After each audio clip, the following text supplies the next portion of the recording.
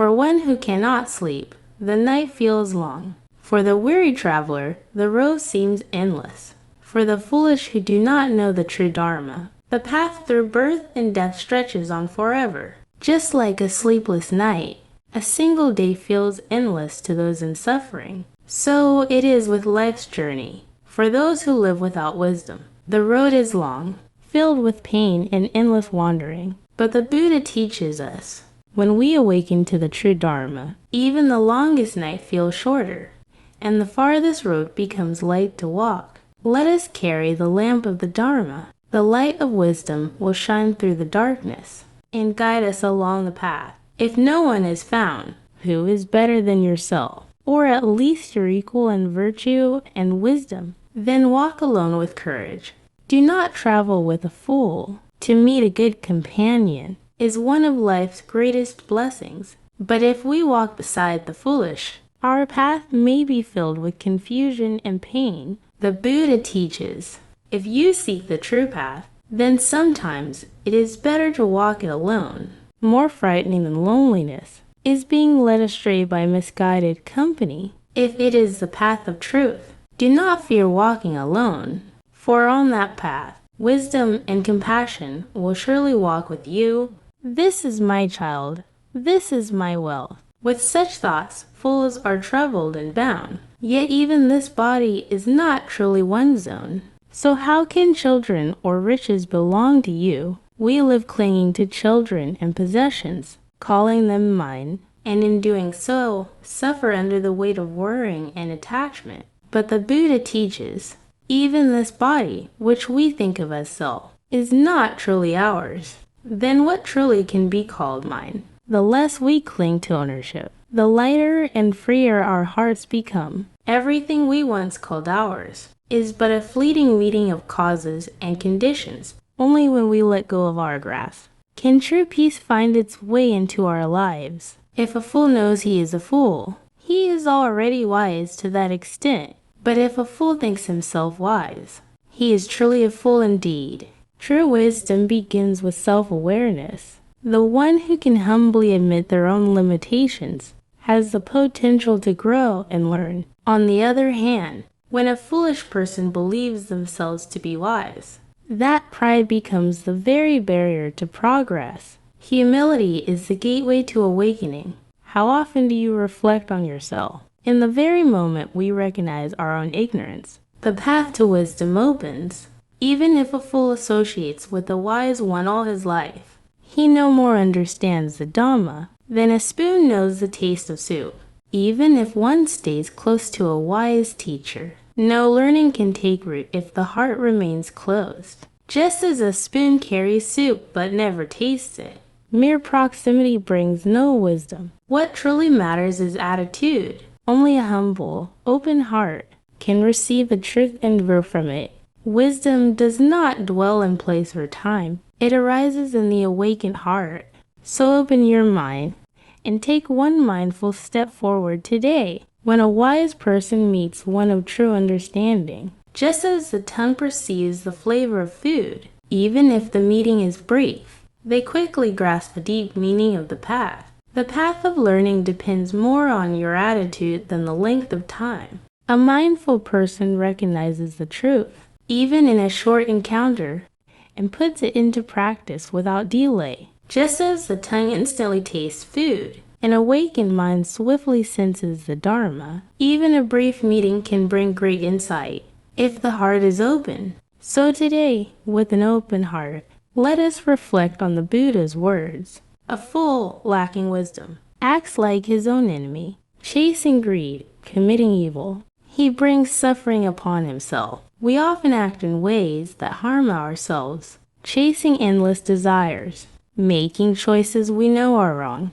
In the end, the pain returns to us. To be foolish is to become your own worst enemy. Treating yourself wisely is the beginning of true compassion. Today, make choices that do not harm yourself and walk in the Buddha's path. One does wrong without hesitation, but only regrets when the pain returns, though sorrow and tears may follow. Where does this suffering truly come from? We often treat wrongdoing lightly in the moment, but its consequences always return to us.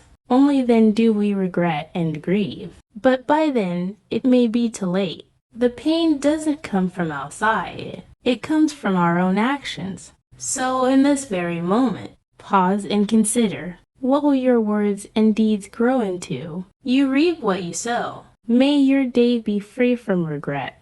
When one performs good deeds of merit, the heart fills with joy and delight, and blessings naturally follow. But where do these blessings come from? When we do good, our hearts brighten from that very moment, and joy begins to blossom. Blessings are not far away. They arise right now, from even a single small act of kindness. If we live with generosity, compassion, and integrity, the reward will surely return to our lives. A small good deed can bring great happiness. May today be a day of planting blessings in your heart. Though one commits a wrongful deed, if the fruit has not yet ripened, the fool feels no pain. But when the deed has matured, he suffers greatly by his own doing. When we do wrong and nothing happens right away, we may foolishly think, it's fine. But the Buddha teaches, the fruit of karma ripens in time. By the time regret comes, it may be too late. So now, in this very moment, let us avoid even the smallest evil, and plant seeds of goodness instead. Karma always bears fruit when the time is right. May your day be filled with right thought, right speech, and right action. And may you sow seeds of lasting joy. The foolish cling to outer forms. Though they practice austerities and restrict their food like ascetics, they do not come close, not even a 16th part, to one who truly knows the Dharma, even if one appears devout on the outside. Without understanding the truth, it's all just a shell. Fasting and harsh practices are meaningless. If the mind is not upright, even a small virtue of a wise person outshines the great efforts of one who is lost. True practice begins in the heart, to care for your inner self, rather than chasing outer rituals. That is the true path of awakening. Let sincerity outweigh form, and let your day be guided not by appearances, but by right understanding and true intention. Just as freshly drawn milk does not turn sour at once, and as fire smolders beneath the ashes, the karma one has created does not immediately appear. Yet even in the shadows, wrongdoing always follows him. Even if one commits wrongdoing, do not be complacent simply because no punishment comes at once. The seed of wrongdoing lies hidden within the heart, and when the time comes, it will surely bear fruit. Karma follows like a shadow. There is no escape. Therefore, in this very moment, choose to plant the seeds of goodness. Goodness slowly ripens into blessing, and wrongdoing slowly ripens into harm. May today be a day in which you sow seeds of virtue. The fool, though he schemes in countless ways, gains no benefit in the end, but instead invites sword or club upon himself, and by that retribution inevitably comes to harm. A person without wisdom, no matter how many plans they make, cannot find the right direction. Worse still, greed and misguided choices lead to outcomes that harm themselves. The Buddha taught, harm does not come from outside. It is summoned by oneself. Choose wisdom over greed today. That path keeps harm far away and brings blessings closer. The foolish person craves for gain, seeks empty honor and a name. At home, he quarrels out of jealousy. In others' homes, he begs for offerings. The fool chases wealth and fame, never realizing he is disturbing his own heart. At home, he sows jealousy and conflict. Outside, he covets what belongs to others, losing his dignity in the process. The Buddha taught, when the mind is bound by greed, peace moves far away. Today, seek true peace in letting go. This is the first step to releasing desire. Some say, everything exists for my sake, and everything can be made to follow my will, be they ordinary beings or practitioners. Many think in this way, yet this is not a right view. The foolish thinking this, let desire and pride grow ever greater. when we believe that all things in the world belong to us and must obey our will. Attachment and arrogance take root in the heart. The Buddha cautioned that such thinking is misguided, for everything arises through conditions and disappears through conditions. There is truly nothing in this world we can call mine. Today, try setting aside the thought of mine, even for a little while. You may find your heart becomes much lighter. Here there are two paths. One is the path of worldly gain. The other is the path to nirvana. The one who clearly understands these two paths